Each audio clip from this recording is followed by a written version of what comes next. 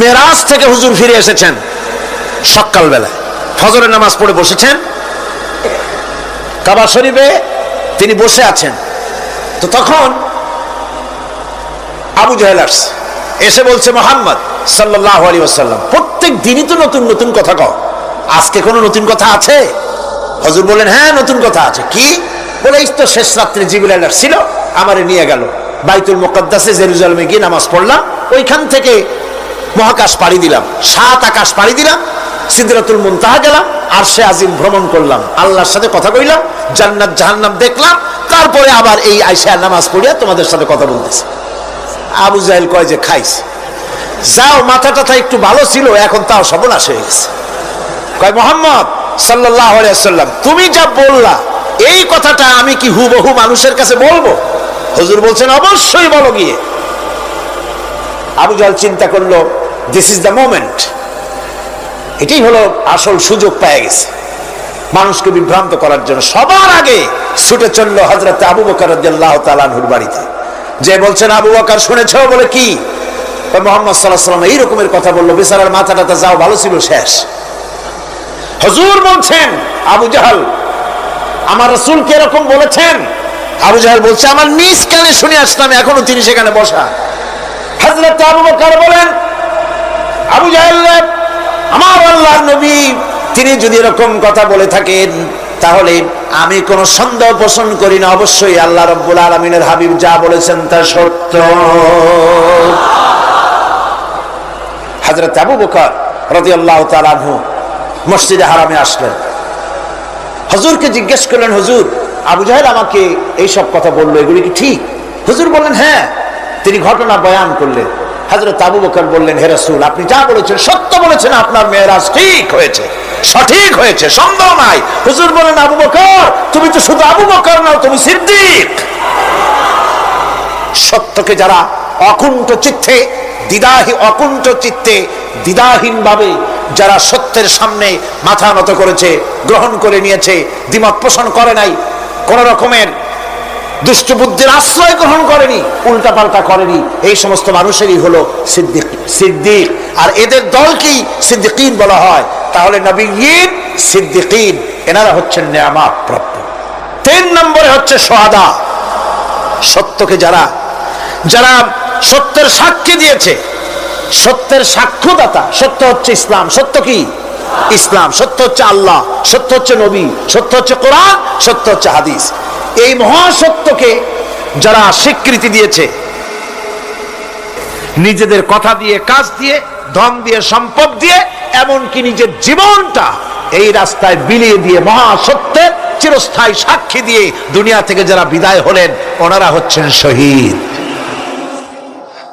আজ রাস্তাঘাটে শহীদ হয়, যার তার নামের আগে শহীদ বসায় দেয়। শহীদ এত সোজা জিনিস নয়। আল্লাহর রাস্তায় ধর্মের জন্য, ইসলামের জন্য, আল্লাহর জন্য, কোরআনের জন্য, রাসূলের জন্য যারা জীবন দেন তারাই হচ্ছে শহীদ। এই শহীদদের মর্যাদা আল্লাহ রাব্বুল আলামিন এত বেশি মর্যাদা দান করেছেন, শহীদদের মর্যাদা আল্লাহ পাক দিয়েছেন। কিয়ামতের দিন শহীদদের কোনো বিচার করা হবে না, আল্লাহ রাব্বুল আলামিন শহীদদেরকে বিনা বিচারে জান্নাত দিয়ে দিবেন। শহীদের বিশাল মর্যাদা, বিরাট মর্যাদা। এই শহীদ শাহাদাতের তামান্না প্রত্যেক মুসলমানের ভিতরে থাকতে হবে। হুজুর বলেছেন শহীদি মওতের যন্ত্রণা পিঁপড়ায় কাটার যন্ত্রণার চাইতে বেশি কিছু নয়। শাহাদাত হচ্ছে এপারে মওত আর ওপারে আল্লাহর সঙ্গে দেখা হয়ে যাবে। শহীদি মওত হচ্ছে আল্লাহর সঙ্গে দেখা করার একটা সেতু বন্ধন, একটি সেতু, একটি ব্রিজ, একটা পুল, একটা সাঁকো। এপারে দুনিয়া, ওপারে আল্লাহ পাকের সঙ্গে দেখা হবে। সুবহানাল্লাহ। ভাইরা, ইসলামের জন্য যারা জীবন দিলেন, যারা শাহাদাত বরণ করলেন, তারা জাতির সম্মানের পাত্র। সেই সম্মান, সেই মর্যাদা আল্লাহ রাব্বুল আলামিন শহীদদের প্রদান করেছেন। হযরত আব্দুল্লাহ জুলবাজাদাইন যার কথা বুখারীতে লেখা হয়েছে। সুবহানাল্লাহ। যুবক মানুষ ইসলাম কবুল করেছেন, ইসলাম কবুল করতে গিয়ে বাড়ি ঘর জায়গা জমি কিছুই ছিল না। ছোট্ট অবস্থায় বাবা মারা গেছে, চাচার ঘরে লালিত পালিত হচ্ছিলেন। এরপরে রাসূলের প্রতি ঈমান আনবেন, চাচার ভয়তে পারেন না। হুজুর হিজরত করলেন। আব্দুল্লাহ তার নাম ছিল, আব্দুল উজ্জা। তিনি চলে গেলেন চাচার কাছে। চাচা গো, মুহাম্মদ সাল্লাল্লাহু আলাইহি ওয়াসাল্লাম আল্লাহর নবী, ব্যাপারে তোমার মত কি? তিনি বলেন আমারও তো তাই মনে হয়। যদি তাই মনে হয় তার উপর ঈমান আনবেন কিনা? চাচা বলে না, কখনো ঈমান আনবো না। ভাতিজা বলতেছেন চাচাজি, বছরের পর বছর ধরে অপেক্ষা করতেছিলাম, আমি আপনার অধীনে আছি বলে ইসলাম কবুল করতে পারি নাই। আমার ইচ্ছা ছিল আপনি আগে করবেন, তারপরে আপনাকে দেখা দেখি আমি করব। কিন্তু আপনি যখন ইসলাম কবুল করলেন না, আর করবেন না বলে যখন ঘোষণা দিলেন, আপনাকে উপস্থিত রেখে আমি ঘোষণা দিলাম লা ইলাহা ইল্লাল্লাহু মুহাম্মাদুর রাসূলুল্লাহ। চাচা বলছে, ভাতিজা এর পরিণাম জানো? কয় না, জানি না। এর পরিণাম হচ্ছে তুমি আমার বাড়িতে থাকো, আমার বাড়ি ছাড়তে হবে। বললেন রাজি আছি। উট ছাগল ভেড়া ঘোড়া যা দিছি ছাড়তে হবে, বলছে রাজি আছে। চাচা বলছে শুধু তাই নয়, পরনে যে লুঙ্গি আছে, গায়ে যে জামা আছে, তামার পয়সার লুঙ্গি জামা ছাড়তে হবে। ভাতিজা বলছে ঈমানের জন্য যা চাও সব ছাড়িয়ে দেব। জামা লুঙ্গি খুলে ফেলে দিয়ে দিলেন। হাদিস। তিনি চলে গেলেন মায়ের কাছে ওই অবস্থায়। মা এই যুবক ছেলেকে উলঙ্গ অবস্থায় দেখে দুই হাত দিয়ে নিজের চোখ চেপে ধরেছেন। বাবা, তোমার এই অবস্থা কেন?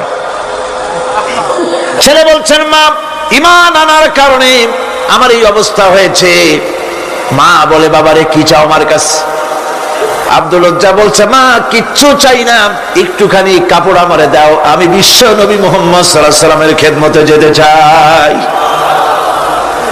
মায়ের কাছে পুরানা কম্বল ছিল, কম্বলটা তিনি দিয়ে দিলেন। হযরতে এখনো তো সে মুসলমান হয়নি, ওই কম্বলটা ছিঁড়ে নিয়ে দুই টুকরা করে কম্বলটা পরলেন, আদাটা তাতে করে হাঁটু ঢাকে না, আর একটা কোন রকম গায়ে দিলেন। এরপরে হেঁটে হেঁটে কষ্ট করে মদিনায় চলে গেলেন। মসজিদে নববীর ভিতরে ঢুকে দরজার কাছে বসা বিশ্বনবী জনাবে মুহাম্মদুর রাসূলুল্লাহ সাল্লাল্লাহু আলাইহি ওয়াসাল্লাম মসজিদে নববীতে, যুবক, হাঁটুর উপরে কাপড়, মাথার চুল উস্কো খুস্কো চেহারা, ক্ষুধার্ত চেহারার। হুজুর জিজ্ঞেস করছেন, তুমি কে? তিনি বললেন, আমার নাম আব্দুল উজ্জা। তোমার এই অবস্থা কেন? তিনি বললেন, হুজুর ঈমান আনার জন্য বাড়ি ঘর জায়গা জমিন উট বাছুর সব হারাইছি, এমনকি পরনের লুঙ্গিও আমারে দেয় নাই, মায়ের কম্বলটা ছিঁড়িয়ে এনেছি। নবীজি আসহাবে সুফফার ভিতরেই তাকে বসতে দিলেন, তাকে থাকতে দিলেন, আর বললেন তারে কোরআন শরীফ শিখাবা। আব্দুল উজ্জাকে হুজুর বললেন, তোমার নাম উজ্জা নয়, তোমার নাম আব্দুল্লাহ।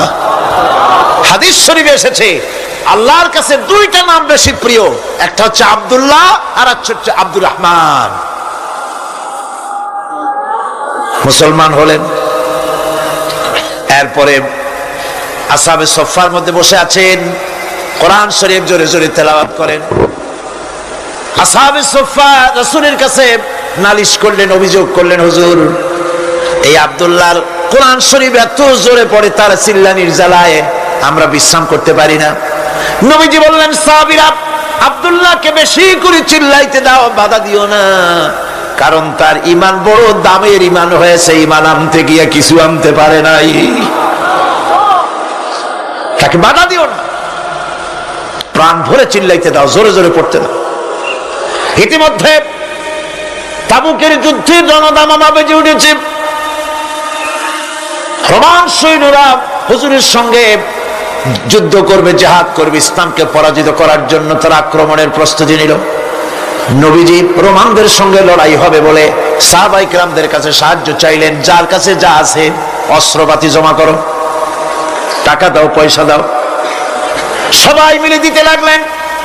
দিতে দিতে মহিলারা গলার হার, নাকের ফুল, কানের দুল হুজুরের সামনে স্তূপ হয়ে গেছে, টাকা করে সোনা দানা সব শুদ্ধ। হুজুর বলছেন, সাহাবীরা সবাই তো সব জিনিস দিলে, আমার আবু বকর রে দেখি না কেন? হযরত আবু বকর রাদিয়াল্লাহু তাআলা আনহু একটা পিলারের আড়ালে দাঁড়ানো ছিলেন। হুজুরের ডাক শুনে তিনি আসলেন, হাতে ছোট্ট একটা থলি, চোখে পানি। থলিটা হুজুরের হাতে তুলে দিলেন। হুজুর থলি ছাড়লেন, দেখা গেল কয়েকটা দিরহাম আর কয়েক কেজি গম, আর কিছু নাই। হুজুর তাকালেন, দেখছেন আবু বকর রাদিয়াল্লাহু তাআলা আনহুর চোখের পানিতে দাড়ি ভিজে ভিজে পড়তেছে। হুজুর বললেন, আমার সাহাবীরা, আজ তোমরা সকলে মিলে যে দান করেছো, সেই দানের তুলনায় আবু বকর যে দান করেছে আল্লাহ রাব্বুল আলামিনের কাছে তা বেশি মূল্য হয়েছে। মনের মধ্যে অনেকের প্রশ্ন জাগলো, কেমন করে তা হলো? আমরা এত এত দিলাম। হুজুর জিজ্ঞেস করলেন, ও সাহাবী, তুমি কত দিয়েছো? বাড়ি কত আছে? তিনি বললেন, এত দিছি, এত আছে। তুমি কত দিয়েছো? কত রেখে এসেছো? প্রত্যেকে এরকম বলল। হযরতে ওসমান, হযরতে ওমর, হযরতে আলী রিদওয়ানুল্লাহ তাআলা আলাইহিম আজমাইন, তারাও বললেন, অর্ধেক এনেছি, অর্ধেক থুই আসছি, 2 ভাগ এনেছি, 1 ভাগ রেখে আসছি। সব শেষে নবীজি হযরত আবু বকর রাদিয়াল্লাহু তাআলা আনহুকে প্রশ্ন করলেন, আবু বকর, তুমি কি এনেছো আর বাড়ি কি রেখে এসেছো? হযরত আবু বকর বলেন, ইয়া রাসূলুল্লাহ, ইয়া হাবিবাল্লাহ, আমার বাড়িতে জাগতিক সম্পদ বলতে যা বুঝায় সবটুকু এনে নবীজির কদম মোবারকে দান করে দিয়েছি। আবু বকরের ঘরে এখন আল্লাহ আর তার রাসূল ছাড়া কোনো জিনিস বাকি নাই, যা ছিল সব এনেছি। হুজুর জিহাদে রওনা হলেন 30,000 সৈন্য সাথে, 30 সহস্র সৈন্য নিয়ে নবীজি তাবুকের দিকে চললেন। পথের মধ্যে হযরত আব্দুল্লাহ এসে হুজুরের সামনে দাঁড়ায় গেছেন। আব্দুল্লাহ এসে বলেন, ইয়া রাসূলুল্লাহ, একটু দাঁড়ান। এই জিহাদে মেয়ে লোক, পুরুষেরা, সাহাবীরা সবাই প্রাণ ভরে দান করলো, কিন্তু আমি এমন এক বান্দা, আল্লাহর কিছুই দিতে পারলাম না। আমার তো দেওয়ার মতো কিছুই নাই হুজুর, আমার দেওয়ার মতো কিছুই নাই। তবে আমি আপনার কাছে দোয়া চাই, আপনি দোয়া করুন, আমি যেন এই যুদ্ধে, এই জিহাদের ময়দানে আমি যেন শহীদ হতে পারি। নবীজি বললেন, একটু বাকল নিয়ে আসো গাছের। একটা গাছের বাকল আনা হলো। এই বাকলটা হুজুর নিজ হাতে আব্দুল্লাহর হাতে বাঁধা দিলেন, আর বললেন, রব্বুল আলামিন, আমি আব্দুল্লাহর রক্ত কাফেরদের জন্য হারাম করে দিলাম। হযরত আব্দুল্লাহ কেঁদে জারজার হয়ে যাচ্ছেন, বলছেন, ইয়া রাসূলুল্লাহ, আমি চাইলাম শহীদ হব, আর আপনি আমার রক্তকে কাফেরদের জন্য হারাম করে দিলেন। হুজুর বলেন, আব্দুল্লাহ রে, এখন যদি তোমার মৃত্যু জ্বরের ভিতর হয়, আল্লাহ রাব্বুল আলামিন তোমারে শাহাদাত নসিব করে দিবেন। তাবুকের ময়দানে হুজুর চলে গেলেন। কয়েকদিন পরে খবর আসলো হুজুরের কাছে, আব্দুল্লাহ কয়েকদিন জ্বর ভোগ করে আব্দুল্লাহ মারা গিয়েছেন। হুজুর বললেন, তার জানাজার ব্যবস্থা করো, কাফন দাফনের ব্যবস্থা করো। ব্যবস্থা হয়ে গেল। রাতের বেলায় দাফন হবে। একজন লোক কবরের কাছে দাঁড়ায় টিম টিম করে একটা আলো নিয়ে দাঁড়ায় আছে, আর একজন লোক কবরের ভিতরে নেমেছেন। 2 ব্যক্তি লাশ 2 হাতে উঁচু করে নিয়ে আসতেছেন কবরের কাছে। যিনি কবরের ভিতরে দাঁড়ানো, তিনি বলতেছেন, লাশ বহন করে তোমরা যে 2 জন আনতেছো, লাশের সাথে খবরদার বেয়াদবি করো না, তোমাদের ভাইয়ের সঙ্গে আদব করো। এই বলে কবরের ভিতরে যিনি দাঁড়িয়েছিলেন, তিনি লাশটারে ধরলেন।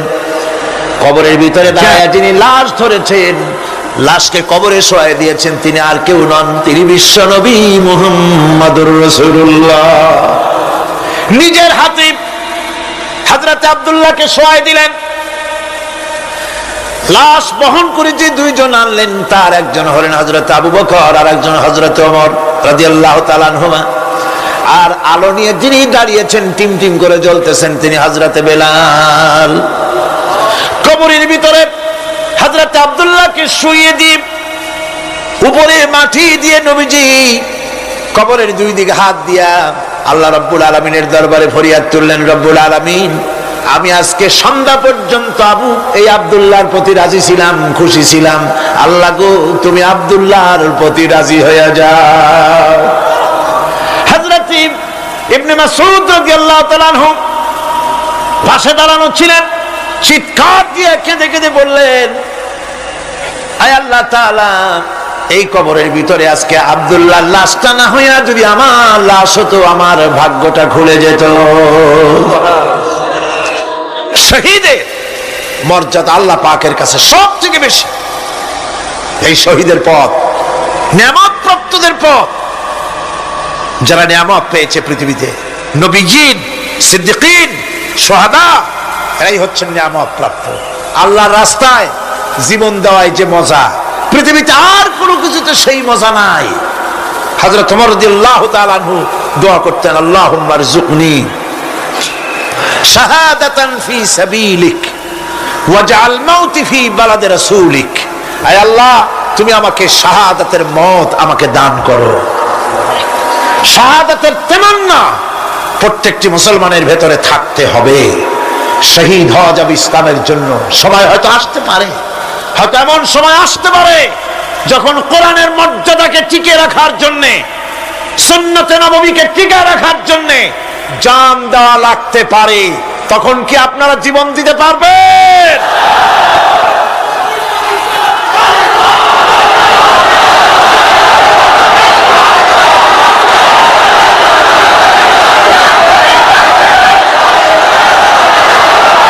এরপরে চতুর্থ নম্বরে হচ্ছে সালিহিন। চতুর্থ নম্বরে কি?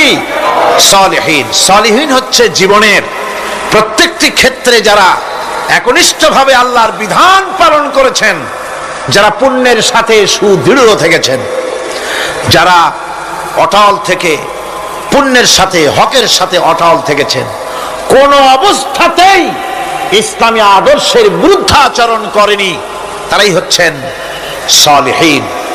ইসলামের আদর্শ ছাড়ে নাই, পরিত্যাগ করে নাই, জীবনের সবকিছুর বিনিময় এটাকে আঁকড়ে ধরে থেকেছেন, ইসলামী আদর্শের পরিপন্থী কিচ্ছু করেন নাই। এরা হচ্ছেন সালিহিন। কোন আলহামদুলিল্লাহ। আল্লাহর অনুগ্রহ প্রাপ্ত কয় শ্রেণী? 4 শ্রেণী। নবীজিন, সিদ্দিকিন, শুহাদা, সালিহিন। এই 4 শ্রেণীর লোকেরাই হচ্ছে নিয়ামত প্রাপ্ত। আমরা বলেছি সিরাতাল্লাযীনা আন'আমতা আলাইহিম গায়রিল মাগদুবি আলাইহিম ওয়ালাদ-দাল্লিন।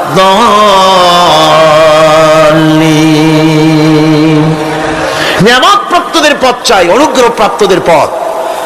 আর অভিশপ্ত পথভ্রষ্টদের পথ আমরা চাই না, আমরা পরিহার করে চলবো। এটা একটু আদাও বটে। যারা অভিশপ্ত, যারা পথভ্রষ্ট, ওরা কারা? মাগদুব এবং দল্লিন। মাগদুব হচ্ছে অভিশপ্ত, দল্লিন হচ্ছে পথভ্রষ্ট। দুনিয়ার সমস্ত মুফাসসিরিন, মুহাদ্দিসিন সব একমত, মাগদুব হচ্ছে ইহুদিরা। মাগদুব কারা? বলেন না কারা? আর দল্লিন, অভিশপ্ত কারা? খ্রিস্টানেরা। বলেন কারা?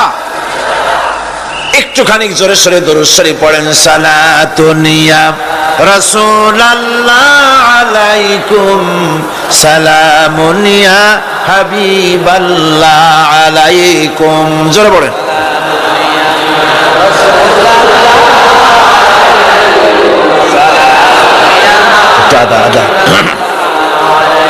সালাতুন ইয়া রাসূলুল্লাহ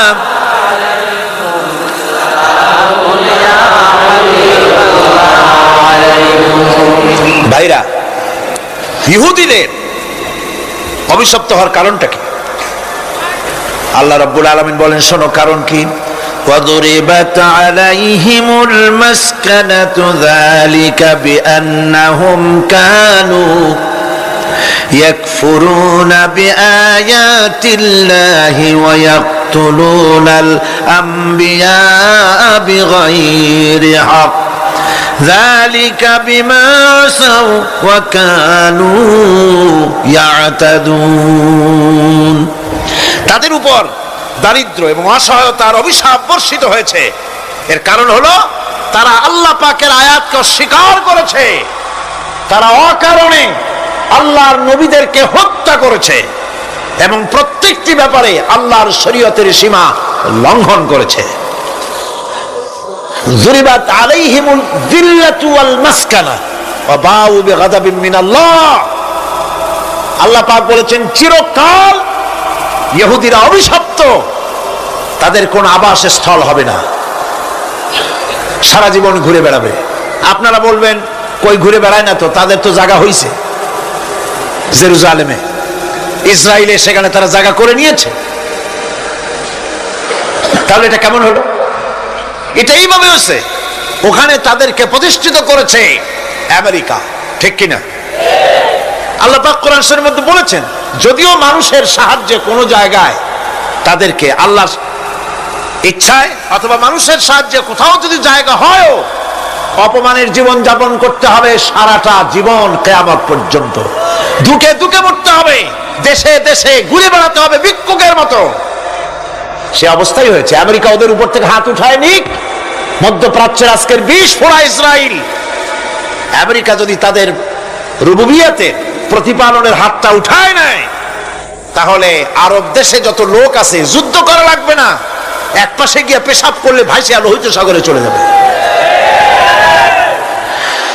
সুতরাং এই ইহুদিদের পথ অনুসরণ করা যাবে না। ইহুদিরা অপরাধ করছিল কি? একটু আগেই বললাম, তারা আল্লাহর আয়াতকে অস্বীকার করেছে, তারা নবীদেরকে হত্যা করেছে, এটাই হলো তাদের অপরাধ। তারা শরীয়তের ব্যাপারে বাড়াবাড়ি করেছে। আর খ্রিস্টানরা, তাদের অপরাধ কি? তাদের অপরাধ হচ্ছে তারা আল্লাহর বিধানের উপরে তারাও বাড়াবাড়ি করেছে। তারা নিজেদের আল্লাহর বিধান বাদ দিয়ে নিজেদের মন গড়া জীবন যাপন শুরু করেছে। তারা ঈসা আলাইহিস সালামকে আল্লাহর ছেলে বানাইছে, তারা মদ খায়, তারা জিনা করে, তারা শুকর খায়, তাদের উপরে শরীয়তকে সম্পূর্ণ বুড়ো আঙ্গুল দেখায়া তারা মুশরিকের চাইতেও খারাপ হয়ে গিয়েছে, ঠিক কিনা? এরা হিন্দুরা কখনো বলে না যে আল্লাহর ছেলে মেয়ে আছে, বলে নাকি? কিন্তু ওরা আল্লাহর ছেলে বানাইছে, মেয়ে বানাইছে, বউ বানাইছে। নাউযুবিল্লাহ। আমেরিকায়, ইংল্যান্ডে, সেসব জায়গায় গির্জায় আজ আর খ্রিস্টান যাওয়ার লোক নাই। সপ্তাহে একদিন ইবাদত করে, সানডে। সেই সপ্তাহের একদিন ইবাদত করতে লোক পাওয়া যায় না। সেদিন তারা ফুর্তিনার্তি করার জন্য বউ বাচ্চা নিয়ে, মদ টদ নিয়ে, সিবেচে গিয়ে কাপড় চোপড় ভালাইয়া যা খুশি তাই করে। তারা মসজিদে আসে না, কি বলে, গির্জায় যায় না। ফলে আমার নিজের চোখে দেখেছি বহুত গির্জা এমন আছে যার সামনে লেখা আছে ফর সেল, বিক্রয়ের জন্য। এই সাইনবোর্ড যখন লাগায়, এলাকার মুসলমানেরা চান্দা তুলিয়া গির্জা কিনা সব সমানে মসজিদ বানাইতেছে। ইংল্যান্ডে আজ থেকে 100 বছর আগে মসজিদ ছিল মাত্র একটা। সেই গ্রেট ব্রিটেনে এখন মসজিদের সংখ্যা 7000-এর উপরে। আলহামদুলিল্লাহ। সুতরাং এই খ্রিস্টান এবং ইহুদিদের পথ অনুসরণ করা যাবে না। কিন্তু তারপরেও আমরা অনুসরণ করছি না, করছি না? করছি। বিশ্বকবি, কবি সম্রাট আল্লামা ডক্টর ইকবাল रहमतुल्लाह अलैहि সুন্দর করে বলেছেন, वदर में हो तुम नसारा तू तमद्दुन में हो नूद, वदर में हो तुम नसारा तू तमद्दुन में हो नूद, ये मुसलमान है जिन्हें देख के शर्माए यहूद। चल चलने हिंदू তুমি, বেশভূষাতে খ্রিস্টান, মুসলমান এই যারে দেখে ইহুদ করে লজ্জা জ্ঞান। তুমি নাকি মুসলমান? কাপড় চোপড় দেখলে মনে হয় তুমি তো খ্রিস্টান, জামা কাপড়, তোমার অবস্থা দেখলে মনে হয় তুমি খ্রিস্টান, তোমার ওঠা বসা, বিয়ে শাদী, সংস্কৃতি দেখলে মনে হয় তুমি হিন্দু, আর তোমার লেনদেন দেখলে ইহুদিরা পর্যন্ত তোমাকে ঘৃণা করে। কথা ঠিক কিনা? কথা ঠিক কিনা? এই হলো মুসলমানদের অবস্থা। সুতরাং আল্লাহ পাক বলছেন ইহুদিদেরকে ছাড়তে হবে, খ্রিস্টানদের অনুকরণ ছাড়তে হবে। ইহুদি খ্রিস্টান সকলের অনুকরণ ছেড়ে দিয়ে নিয়ামত প্রাপ্ত ওই 4 শ্রেণীর লোকের অনুসরণ করতে হবে, তাহলেই খাঁটি মুসলমান হওয়া যাবে। কল আলহামদুলিল্লাহ। এই হলো সূরা ফাতিহা, যা গত আজকের দিন সহ 5 দিন আমরা আলোচনা করলাম। কল আলহামদুলিল্লাহ। এখন এই সূরা ফাতিহাকে আমি আপনাদের পকেটে উঠাই দিতে চাই, যাতে করে মনে থাকে। 5 দিনের অনেক কথা এক জায়গায় করে দিলে মনে করতে সুবিধা হবে, ঠিক কিনা? মনে রাখতে সুবিধা হবে। সূরা ফাতিহা আয়াত কয়টা? এই 7টি আয়াতের 7টি শিক্ষা আছে। সূরা ফাতিহার শিক্ষা 1, সকল প্রশংসা কেবলমাত্র হাদিস শরীফে এসেছে, ইদা মুদিহাল ফাসিকু ইহতাজ্জাতিল আরশ। যখন কোন ফাসিকের প্রশংসা করা হয়, যে ব্যক্তি নামাজ পড়ে না, রোজা করে না, দিন মানে না, ঈমান নাই, চরিত্র নাই, এমন লোককে যখন প্রশংসা করা হয়, আল্লাহ পাকের আরশ গোসায় থরথর করে কাঁপতে থাকে। সুতরাং সমস্ত প্রশংসা হবে কার? পার্লামেন্টে যখন বাজেট বক্তৃতা হলো, বাজেটের উপরে 39 ঘন্টা আলোচনার সুযোগ এলো। আমি দেখলাম প্রত্যেকেই আলোচনার সময় বলছেন, আমি স্মরণ করছি সহস্র বছরের অমুক, শ্রেষ্ঠ অমুক, আমার নেতা অমুক, এভাবে বলছে। প্রত্যেকেই দাঁড়িয়ে বলছে, আমি স্মরণ করি অমুক আর তমুক। আমি খুব চিন্তায় পড়ে গেলাম, আহারে, পৃথিবীর 2য় বৃহত্তম মুসলিম দেশ, আমার আল্লাহর নাম উঠছে না। আমি সময় পেলাম 25 মিনিট। তথ্য মন্ত্রণালয়ের কলিজা তো পুঁটি মাছের মতো বড়, সেই জন্য আমার বক্তব্য তারা দেয় নাই। ওই 25 মিনিটে আমি যে আলোচনা করেছি, আমি প্রথম দাঁড়ায়া আমার তৃপ্তি, মনে হয় এই রকমের তৃপ্তি আমার কখনো নিকট বর্তমানে কোনদিন হয়েছে কিনা আল্লাহ জানে। ওই দিন আমি যা তৃপ্তি পেয়েছি, আমি দাঁড়িয়ে বললাম নাহমাদু নুসাল্লি আলা হামদ সানা কুইয়া। তারপরে বললাম, আমি স্মরণ করছি হৃদয়ের সবটুকুন আবেগ উজাড় করে, জীবনের সব শ্রদ্ধা একত্রিত করে আমি স্মরণ করছি। যখন বলছি, দেখি 2 দিকের মানুষ হতচকিত হয়েছে, কার নাম কই? আমি বললাম, আমি স্মরণ করছি বিশাল ওই আকাশের মালিক, বিস্তীর্ণ এই জমিনের মালিক, কুল কায়নাতের মালিক আমার আল্লাহ রাব্বুল আলামিনকে স্মরণ করছি।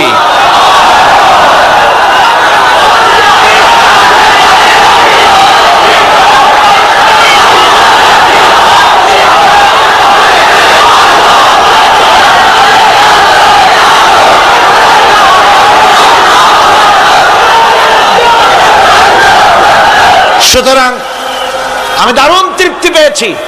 আপনাদেরকেও বলি, প্রশংসা হবে কেবলমাত্র আল্লাহ পাকের। প্রশংসা কার? আর প্রশংসা হবে বিশ্ব নবী জনাবে মুহাম্মদ রাসূলুল্লাহ সাল্লাল্লাহু আলাইহি ওয়াসাল্লাম। চিৎকার মেরে সারা জীবন আল্লাহ এবং রাসূলের প্রশংসা করতেই থাকবো ইনশাআল্লাহ। আমাদের করতে হবে, মুসলমানদের দায়িত্ব। আর প্রশংসা করব যারা আমার রাসূলের, আল্লাহর হুকুম মানে আর আমার রাসূলের অনুসরণ অনুকরণ যারা করে, তারা আমাদের সম্মানের পাত্র। আলহামদুলিল্লাহ। 2, শেষ বিচারের একমাত্র মালিক হচ্ছেন আল্লাহ পাক। সূরা ফাতিহার 2য় শিক্ষা, শেষ বিচারের দিন, ডে অফ জাজমেন্ট, শেষ বিচারের দিনের মালিককে একচ্ছত্র অধিপতি আল্লাহ রাব্বুল আলামিন। যেদিন কেউ কথা বলতে পারবে না আল্লাহ পাকের নির্দেশ ছাড়া, সেই হাসরের মাঠের একচ্ছত্র মালিক আল্লাহ পাক। সুপ্রিম কোর্টের সুপ্রিম কোর্ট, সমস্ত জাস্টিসদের জাস্টিস হবেন আল্লাহ সুবহানাহু ওয়া তাআলা। এটা হলো 2য় শিক্ষা, মনে রাখতে হবে। সেদিন আল্লাহ পাক তিনি বিচার করবেন, কঠিন বিচার হবে সেদিন, এটা মনে রাখতে হবে। 3 নম্বরের শিক্ষা হচ্ছে সূরা ফাতিহার শিক্ষা নাম্বার 3, জীবনের সকল ক্ষেত্রে গোলামি, আনুগত্য, দাসত্ব একমাত্র কেবলমাত্র শুধুমাত্র আল্লাহ রব্বুল আলামিনের। গোলামি কার হবে? চিল্লায়া বলেন, কার হবে? 3। 4 নম্বরে সাহায্য চাইতে হবে কেবলমাত্র কার কাছে? আল্লাহ পাকের কাছে। 5, হেদায়েতের গ্রন্থ হিসাবে গ্রহণ করতে হবে আল্লাহ পাকের কোরআনে কারীমকে। 6, অনুসরণ করতে হবে কেবলমাত্র নবীয়িন, সিদ্দিকিন, শুহাদা, সালেহিনদেরকে। 7, জীবনের সকল স্তর থেকে ইহুদি এবং নাসারাদের প্রভাব মুক্ত করতে হবে নিজের জীবনকে। ইহুদি, নাসারা, আল্লাহ বিরোধী যারা মুশরিক, নাস্তিক, মুরতাদ, এই সবগুলি থেকে নিজেকে মুক্ত করতে হবে। গোলামি হবে কেবলমাত্র আল্লাহ পাকের। আর এইভাবে 7টি আয়াতের 7টি শিক্ষা আপনাদের সামনে পেশ করলাম। আল্লাহ রাব্বুল আলামিন এগুলি যেন মানার তৌফিক আমাদের দেন, আমরা বলি আমিন। আরো জোরে বলেন আমিন। বন্ধুগণ, গায়রিল মাগদুবি আলাইহিম ওয়ালাদ-দাল্লিন আমরা পড়ি, ইহুদি এবং খ্রিস্টানের পথ অনুসরণ করব না বলি, কিন্তু এই তো 1 জানুয়ারি আসতেছে। 1 জানুয়ারি 1997 সন 31 ডিসেম্বর রাত 12টা 1 মিনিটের সময় বাংলাদেশের শহর সমূহে বাজি পোড়ানো শুরু হয়। কথা ঠিক কিনা? আমি জিজ্ঞেস করতে চাই, এটা কি খ্রিস্টানের দেশ? জোরে বলেন, এটা কি খ্রিস্টানের দেশ? অবশ্য আমাদের দেশে খ্রিস্টান, হিন্দু, বৌদ্ধ যারা আছে তারাও আমাদের নাগরিক, সন্দেহ নাই। কিন্তু এই দেশ হচ্ছে পৃথিবীর 2য় বৃহত্তম মুসলিম দেশ। খ্রিস্টানেরা নববর্ষ উদযাপনের জন্য বাজি পোড়াক, ফুর্তি করুক, যা বললায় তাই করুক, কিন্তু একজন মুসলমান এই নববর্ষ উদযাপনের জন্য বাজি পোড়াতে পারে না, বোমা ফুটাতে পারে না, ফুর্তি করতে পারে না। মানে নাই, জাস্টিফিকেশন নাই।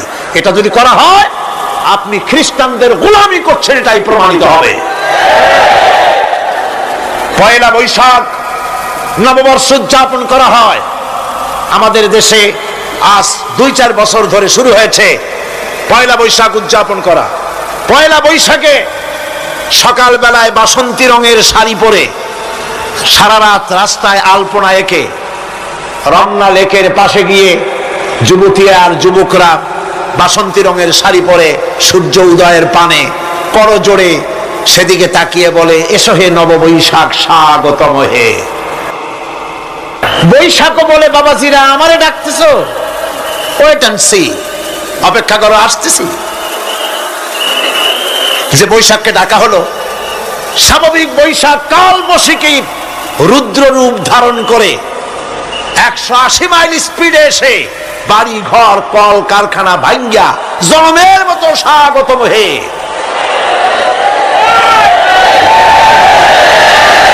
এরপর রাজনৈতিক নেতৃবৃন্দ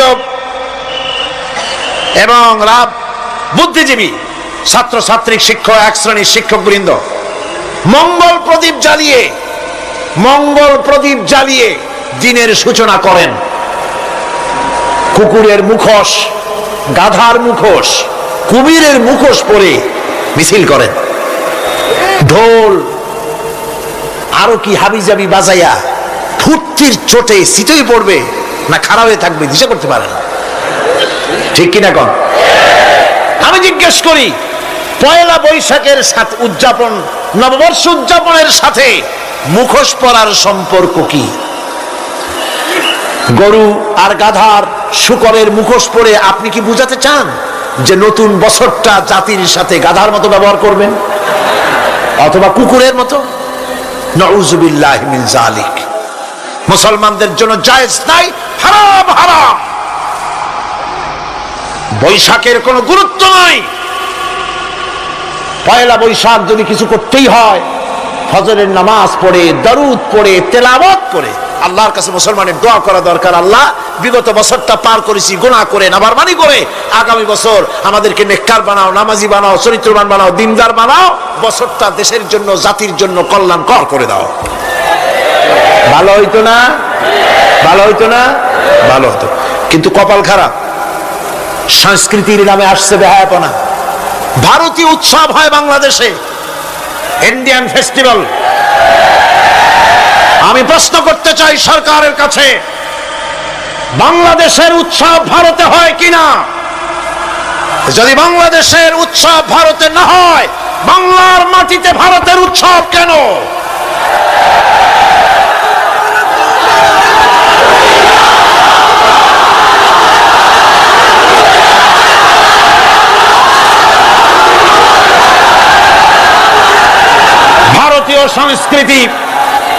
ভারতীয় সংস্কৃতি মুসলমানদের জন্য এইডসের চাইতেও মারাত্মক। ওই সংস্কৃতির সাথে আমাদের কোনো মিল নাই। তেল আর পানি কোনোদিন মিশবে না। আমাদের সংস্কৃতি সম্পূর্ণ আলাদা, ঈমান ভিত্তিক, তাওহীদ ভিত্তিক সংস্কৃতি আমাদের। যুবতী মেয়েদেরকে এনে প্রতিদিন সপ্তাহে সপ্তাহে ডজনকে ডজন শিল্পী আনা হচ্ছে আমাদের দেশে, গায়িকা, নর্তকী। আমাদের দেশের ভাবমূর্তিকে নষ্ট করা হয়েছে। গান বাজনার দিকে উঠে পড়ে লেগে গিয়েছে জাতি আজ। এই জাতির দুর্ভাগ্য কোথায় গিয়ে ঠেকবে আল্লাহ পাক জানেন। আমরা মুসলমান, আমাদের উন্নতি, আমাদের অরুজ, আমাদের জওয়াল, আমাদের উন্নতি আর আমাদের অবনতি কিসে হবে? বিশ্বকবি বলছেন, তুঝে বাতাও তকদীর উমম ক্যা হ্যায়, তুঝে বাতাও তকদীর উমম ক্যা হ্যায়, শমশীর ও সনা আউয়াল তাউস और বাবাখির। এসো, এ জাতির অগ্রগতি আর উন্নতির ইতিহাস তোমারে শোনাই। এ জাতির হাতে যতদিন ছিল তরবারি, এ জাতির হাতে যতদিন ছিল কোরআন, গোটা পৃথিবী তার পায়ের উপরে চুমা খেয়েছে। আর যেদিন কোরআনের পরিবর্তে জাতির হাতে এসেছে তানপুরা, বেহালা, ঢোল, সারিন্দা, নারিন্দা, সারেগামা, পাদানিশা, তখনই কপাল পুড়েছে জাতির।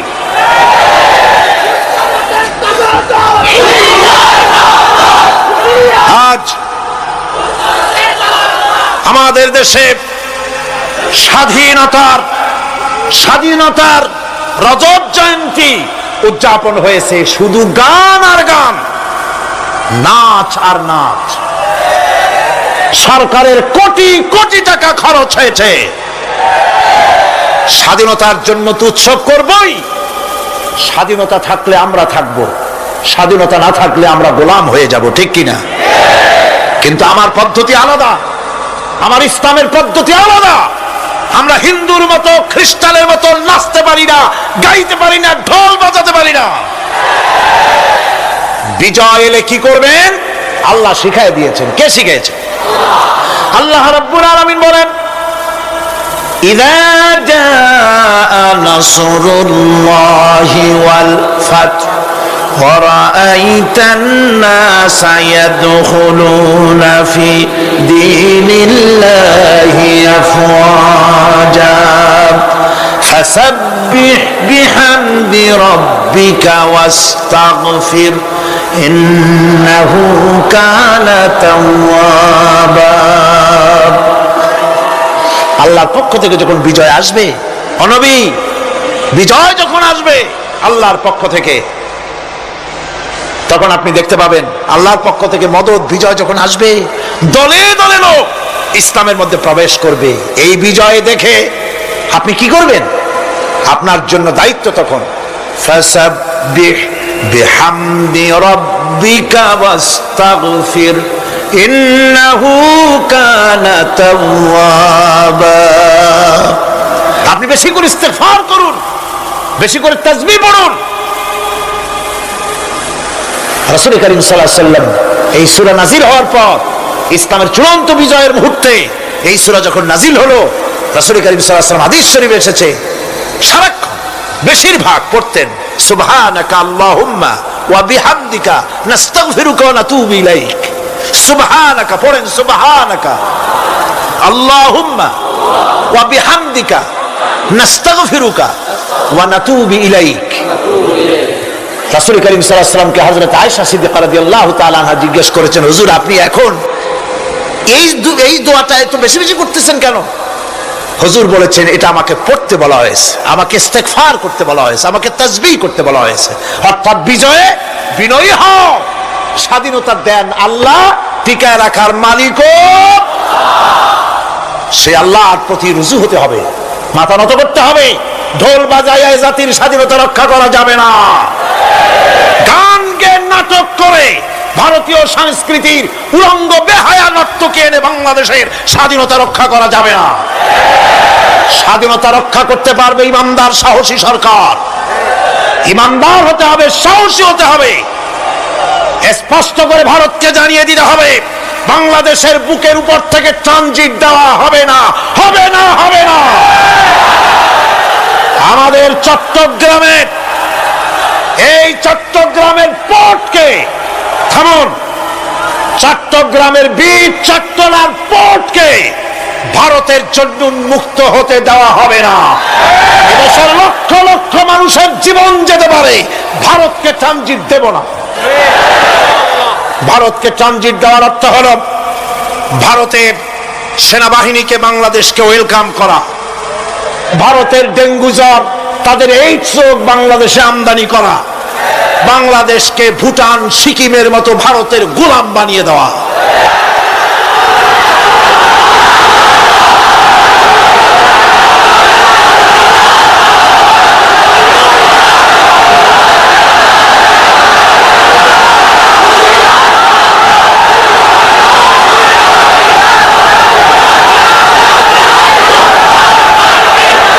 বন্ধুগণ, বন্ধুগণ, আমি বলতেছিলাম থামুন। গায়রিল মাগদুবি আলাইহিম ওয়ালাদ-দাল্লিন, খ্রিস্টান, ইহুদি, হিন্দু, মুশরিক কারো অনুসরণ করব না। অনুসরণ করব কয় শ্রেণীর? 4 শ্রেণীর। নবিয়্যিন, সিদ্দিকিন, শুহাদা, সালেহিন। কোন আলহামদুলিল্লাহ। এরপর আমরা মুসলমান, কিন্তু আমাদের বিবাহ অনুষ্ঠান যখন হয়, এই বিবাহ অনুষ্ঠানগুলি আমরা কি মুসলমানদের মতো করি? জবাব চাই, করি? আপনারা যে হলুদ অনুষ্ঠান করেন, শরীয়তের কোন জায়গায় আছে? এই হলুদ অনুষ্ঠান হিন্দুদের কাছ থেকে আমদানি হয়েছে। একটা হলুদ অনুষ্ঠানে যা খরচ হয় তা দিয়ে 6টা বিয়ে করানো যায়। সুতরাং আজ থেকে তওবা করুন, আমরা আর হলুদ অনুষ্ঠান করব না। রাজি আছেন? রাজি আছেন? বিবাহের নামে অপসংস্কৃতির জায়গা আমরা করে দিতে পারি না।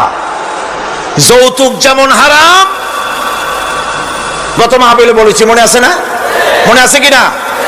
যৌতুক যেমন হারাম, যৌতুক কি আপনারা নেবেন নাকি? মেয়েওয়ালাদের উপরে চাপ সৃষ্টি করবেন না, জায়েজ নাই। মেয়েওয়ালারা যদি ইচ্ছে করে কিছু দেয়, নিবেন।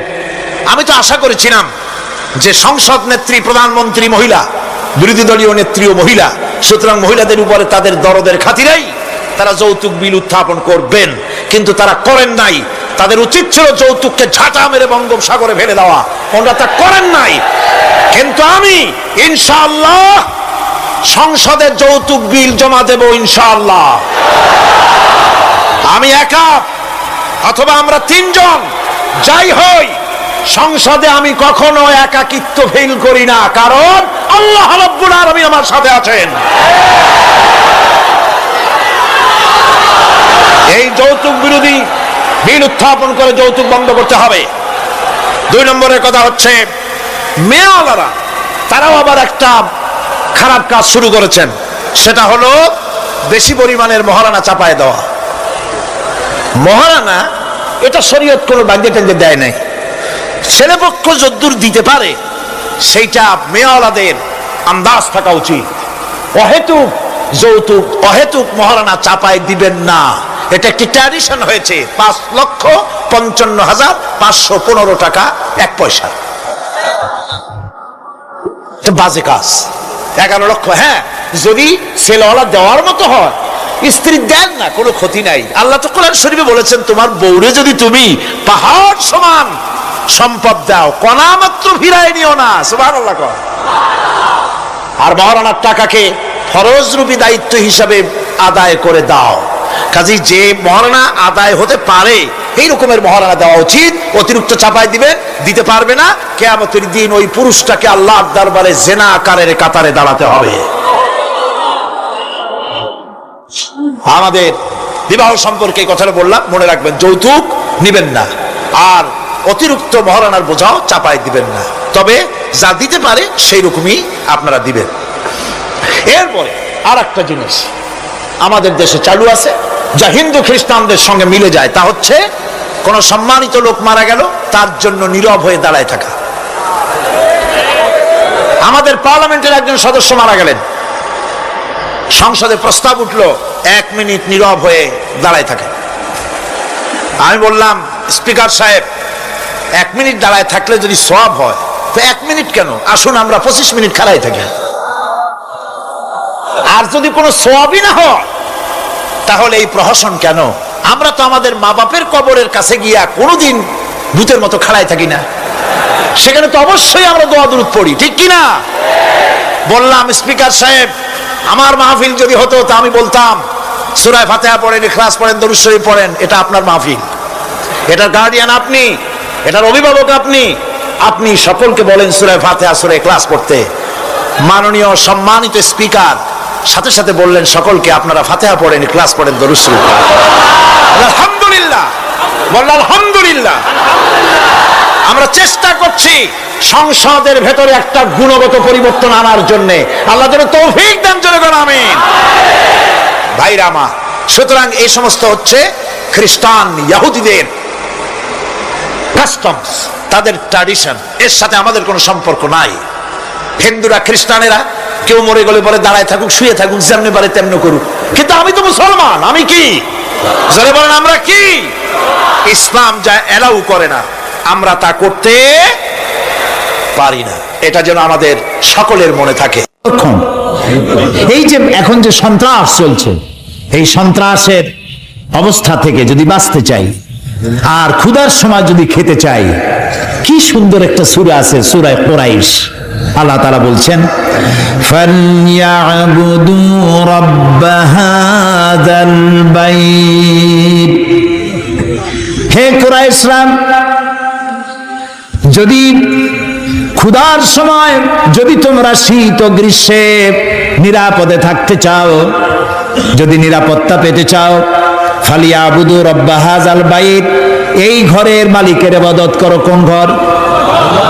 বাইতুল্লাহ শরীফ। এই ঘরের মালিকের ইবাদত, মালিক কে? এই ঘরের মালিকের ইবাদত করলে কি হবে?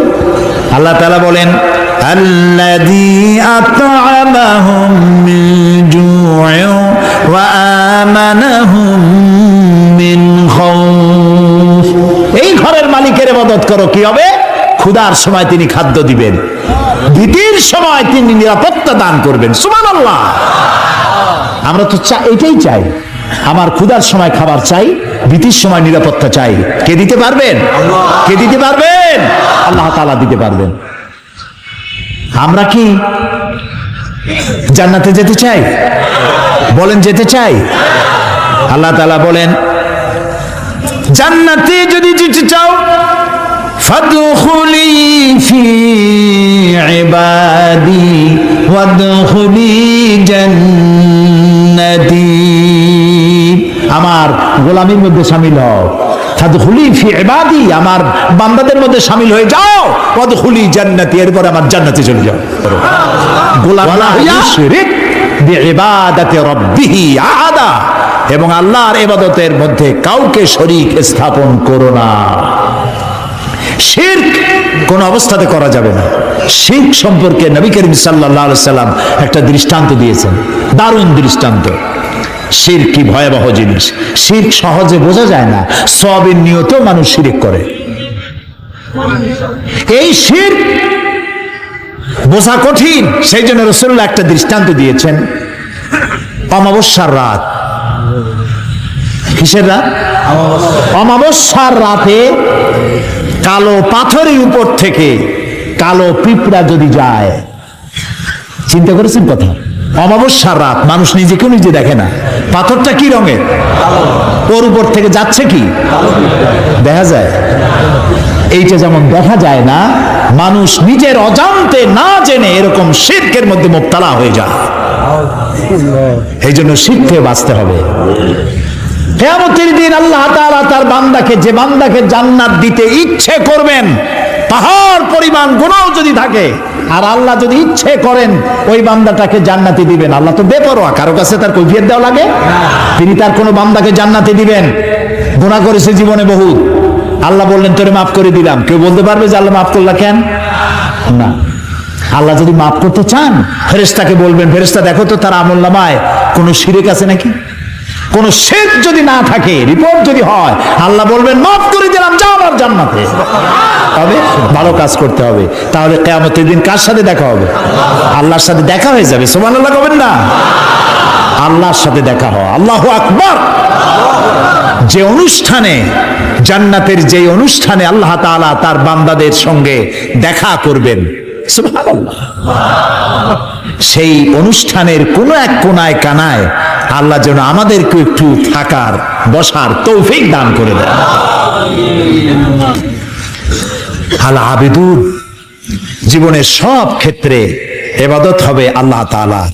আর ইবাদত কাকে বলে? এক কথায় বলে দিলাম, আল্লাহর হুকুম মাফিক জীবন পরিচালনা করা, রাসূলুল্লাহর বিধান অনুযায়ী জীবন পরিচালনা করার নামটাই হলো ইবাদত। এখন আপনি যাই করেন, আল্লাহ এবং রাসূলের হুকুম মাফিক হতে হবে। 3 নম্বরে বলা হয়েছে আল হামিদুন,